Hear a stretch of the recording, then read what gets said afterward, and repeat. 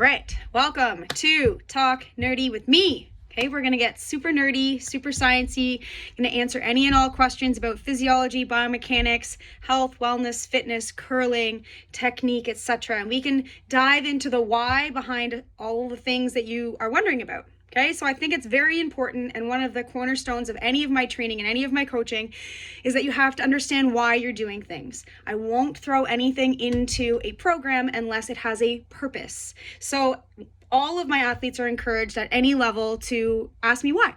They're like, why are we doing this? Why are we doing this? Why are we doing this? Why is it here at this stage, at this part of the program for this long, etc. Ask all the questions you want because I want you to learn. The whole idea of my training is to make sure that you are able to understand so that you can fly off and leave the nest and go do your training on your own. Okay, so I'm not here to hold your hand for the rest of your life. I'm here to make sure that you understand what's going on so you can take ownership for your body and the training that you do. Anyways, the first segment, we're going to talk about different types of contractions, muscle contractions to be specific. So the example we're going to use is a bicep curl. So within the bicep curl, there's three types of contractions that can happen. There are actually three types of contraction, and we're going to use the bicep curl as an example. Okay, I'm going to do this unedited, so lean in. Now, I want you to imagine that you're doing a bicep curl. Okay, this is my handy dandy massive dumbbell. Okay, we are shortening and lengthening the muscle, and it's contracting and relaxing as it moves. Okay, we can dive into antagonists, protagonists, etc., supporting muscles, primary muscles, etc. at another date. So if you're like, oh, that sounds interesting, drop a comment below. I'll make sure that's something that we talk about.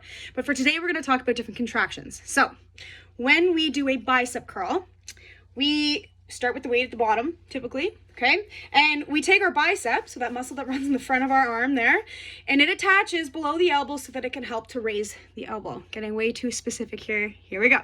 So the first type of contraction we're going to talk about is a concentric contraction. So the muscle is contracting and shortening. That's typically what we think of when we do a bicep curl, okay? We think of contracting the muscle and it's going to shorten.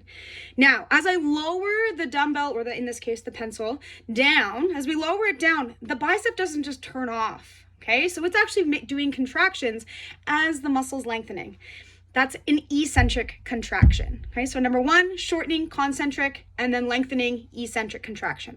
Okay, a lot more happening there, but essentially the bicep isn't just chilling as it lowers the weight down. It doesn't just go dead weight and then contract again. Okay, so concentric, eccentric. Now, a lot of the time we forget that there is also a contraction when we hold. So I can sit here and not move my bicep and contract my bicep in any position without moving it. Okay, so a contraction can happen without motion. That's an isometric contraction. So concentric is shortening, eccentric is lengthening, and isometric is when you hold it at any point. Okay, it doesn't have to be in a shortened position.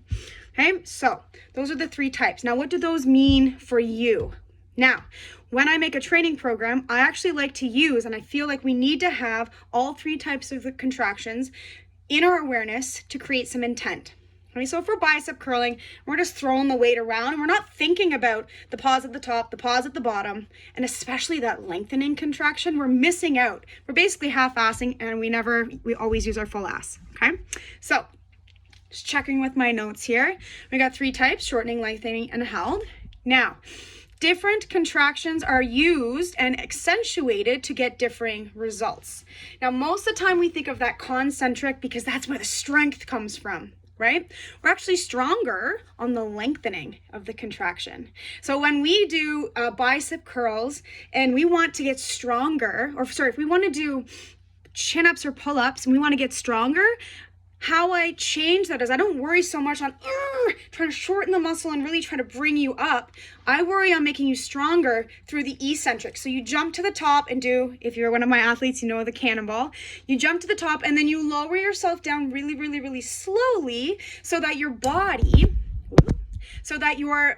weight is pulling you down, which is what you're going to have to be able to pull when you're doing a pull-up, right? So you're lengthening the muscles while resisting that weight.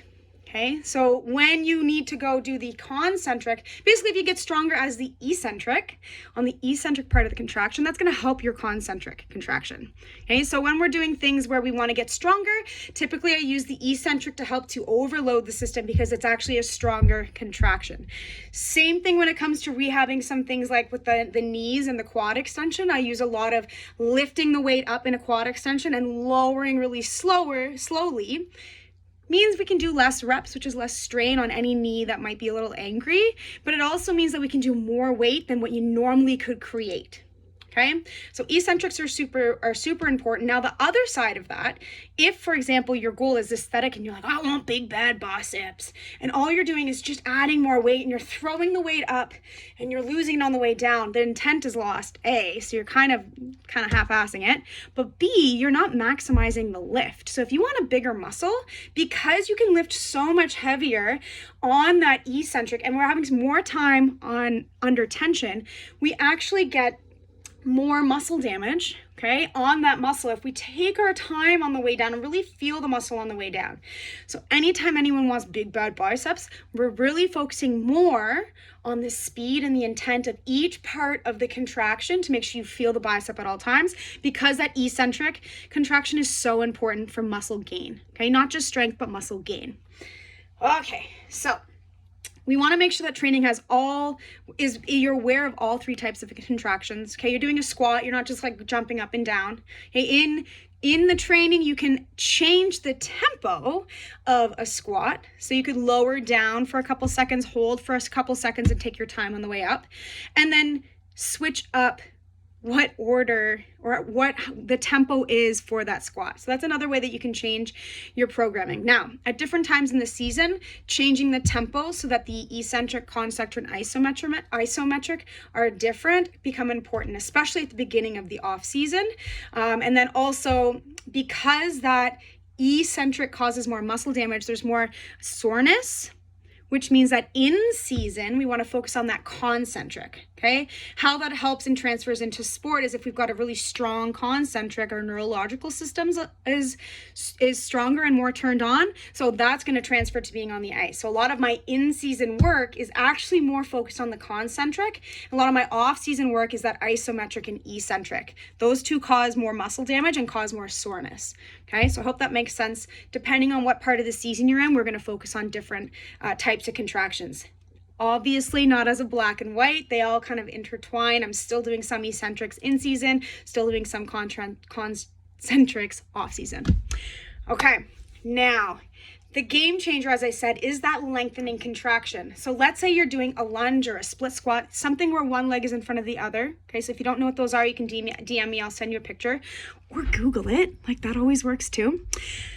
When we are going into our curling delivery, hey, you're lowering yourself down into that slide. I'm talking about your typical flat foot delivery, okay? I can't speak too much for tuck. I haven't even tried it, so I don't know. When you're lowering yourself into that slide, you are essentially lengthening the muscle around the knee, that medial quad muscle. You're essentially lengthening the hamstrings. You're essentially lengthening that trailing leg hip flexor. So those muscles have to be strong in that eccentric, not just the concentric where we're contracting and kicking out of the hack. Okay, so concentric is great for power, but eccentric also helps you to decelerate and hold yourself up into that slide. So when it comes to transfer from training onto the ice, when we do differing tempos of those three types of contraction, they have a purpose. Okay, one is helping with injury prevention because we can manage more load with that lengthening. We're helping to decelerate, and then one is helping to create more power.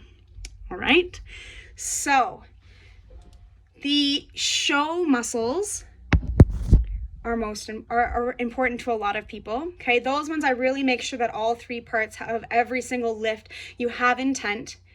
Okay, this is a gray area. There's black and white. There's no black and white. Okay, so some people might want to argue with me, and that's totally fine. But when it comes to sport, we want to make sure that we are obviously intentional with that shortening, that lengthening, and that isometric, but then using it specifically to help create different adaptations in the body. So if you have any questions, or if you have a question and you're like, ooh, I would love to learn more about X. Okay, I want to learn more about X, and Steph's going to talk nerdy, so let's dive into that. drop a comment, drop me a DM, and let's talk about it. Okay, let's talk nerdy and learn and grow together as a community.